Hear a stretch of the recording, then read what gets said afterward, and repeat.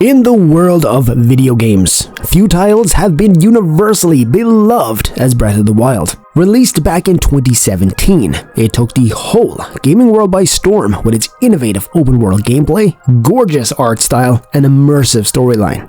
It quickly became a fan favorite and has been hailed as one of the greatest games of all time. And it's only fair to see everyone being super hyped about its upcoming sequel, Tears of the Kingdom, which promises to carry on the legacy in the best ways possible.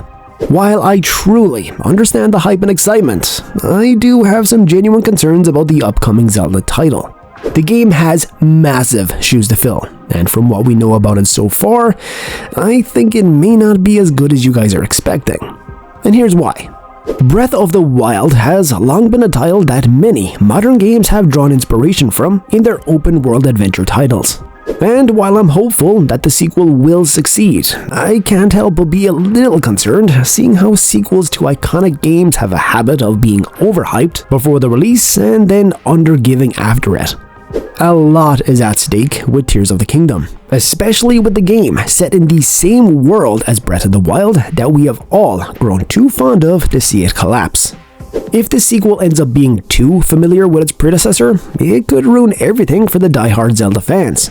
It has the sense of discovery in Breath of the Wild that drove many to spend hours exploring the massive open world of Hyrule Kingdom to learn all about its past through environmental storytelling. And there is a good chance that Tears of the Kingdom will do the same. But in doing so, Tears of the Kingdom will be walking a very fine line. Because if it feels too much like Breath of the Wild, fans might lose interest before reaching the good parts. That is, if there are any.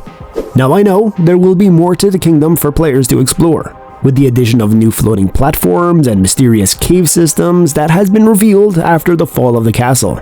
But the grounds of the Kingdom of Hyrule will still be in a large part of the game's world, and we have already spent countless hours exploring every nook and cranny in Breath of the Wild.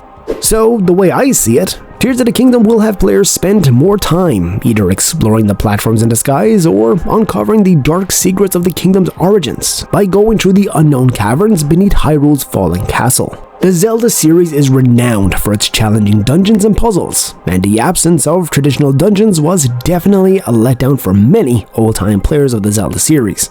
Players have made it clear on many occasions that their experience could have been much better with the inclusion of traditional dungeons. So it makes sense that fans are expecting to see dungeons coming back to the world of Hyrule in the upcoming sequel. Breath of the Wild instead had shrines. While not disliked, they are not often remembered as one of the game's standout features. Of course, they had their charm and challenge, but they were not remotely as in-depth or challenging as their traditional dungeons in the past. Tears of the Kingdom has the opportunity to fix that and bring in themed dungeons.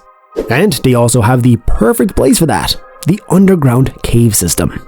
And while there is no confirmation of dungeons being a part of Tears of the Kingdom at all, players are hopeful that they will see them again. Now, don't get me wrong, it's not like Tears of the Kingdom is essentially Breath of the Wild with a darker story and a bunch of floating platforms.